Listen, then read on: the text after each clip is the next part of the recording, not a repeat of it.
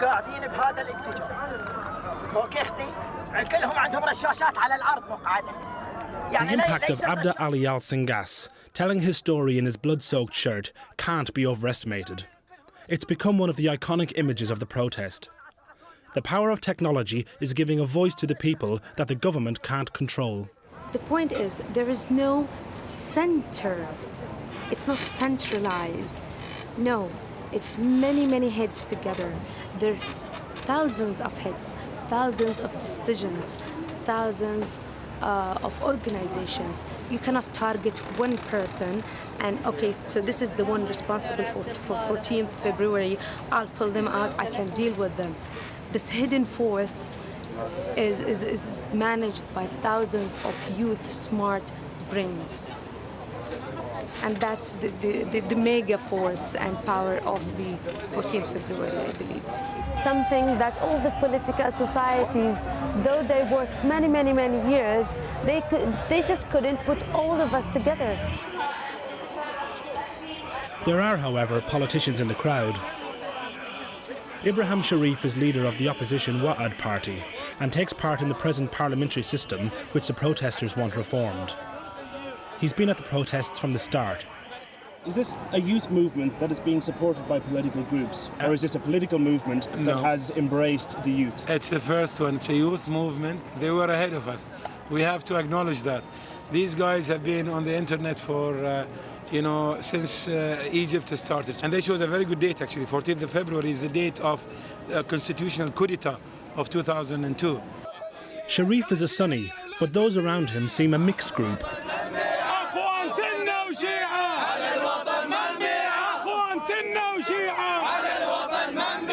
The message of the protesters is clear. The February 14th movement is about unity, not sectarianism.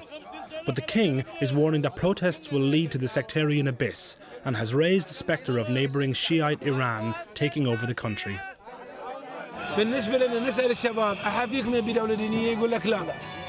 أحافيكم يبي دولة مثل إيران ولا يبي دولة مثل لا. It's a powerful bogeyman for countries across the globe, not least the US, which has a major naval base here. But it's something the protesters want to refute. الشباب اللي هني في الدوار ما عندهم شيء ضد الطائفة السنية. إذا كنتوا أنتم متكتلين تعتقدون أن تبون تحمون السنة، فأول ناس مستعدين يحمون السنة الشباب في الدوار. ما تبون نوصل لهم الكلام؟ نعم. ما تبون نوصل لهم إن الشباب هني لما رحنا لهم قلنا لهم أحد فيكم يبي دولة دينية على طريقة إيران؟ قالوا لنا لا ما نبي. يمكن فيه، لا نقول أكيد في قليل. ما في ولا قليل. حتى علماء والنوادي. This sentiment is echoed by young activists at Lulu Roundabout. We were accused by the Sunnis that we don't want Al Khalifa here because we want to bring Iran here. And it's ridiculous. There's no way we replace a dictator with another dictator. Bahrain is a free country. It will remain a free country. It's for all Bahrainis, no matter what you are, whether if you're Sunni, whether if you're Shia, whether if you're Jew, whether if you're Christian. It's for everybody.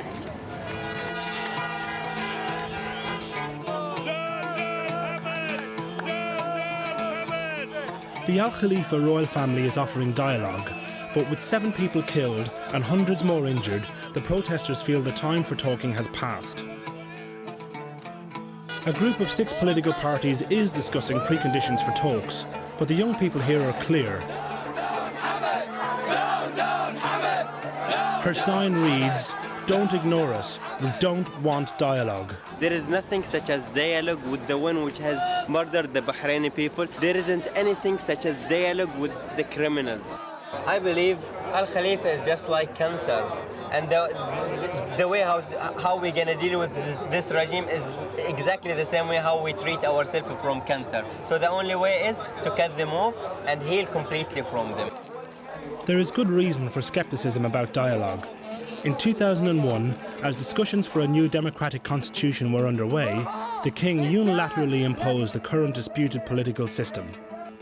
Even the parties involved in the talks have doubts about the king's integrity.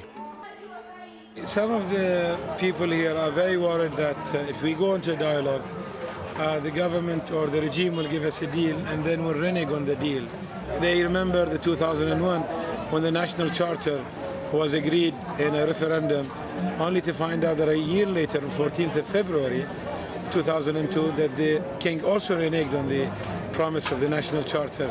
And so they're telling us they will trick you, they will trick you.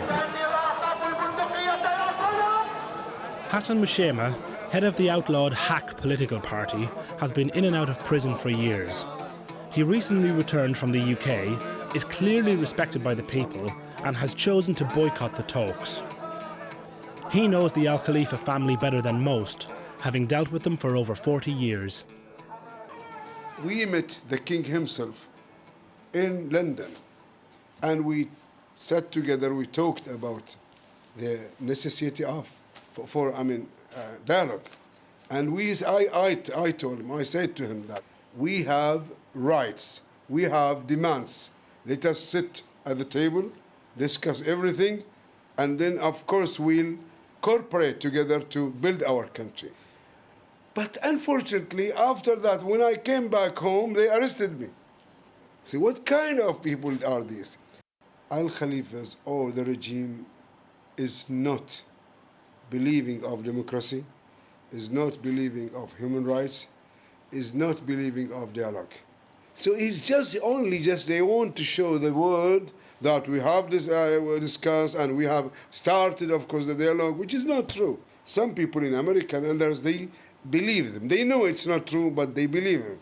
They say, okay, why don't you go to the dialogue? And there is no dialogue. Down with the monarchy! Down with the monarchy! On Monday, March 7th, protesters went to the US Embassy, well aware how much influence the Americans have with King Hamad. They say Washington's pro-monarchy approach is supporting the oppression. Stop supporting dictators! Stop supporting dictators! Stop supporting dictators! Embassy staff came out to listen to their views. But the US has praised King Hamad for his restraint in pulling back security forces. They said that he has earned the right to pursue a solution through dialogue. The protesters are determined to change Washington's mind. With the Americans taking a much tougher approach to Libya, Bahrainis are asking the question, why are there double standards over what should be done when a ruler is caught killing his unarmed citizens? Muammar Gaddafi has lost legitimacy to lead, and he must leave. Those who perpetrate violence against the Libyan people will be held accountable. And the aspirations of the Libyan people for freedom, democracy, and dignity must be met. I have a really important message to the world readers. Mr. Obama, especially to Mr. Obama, where is your support?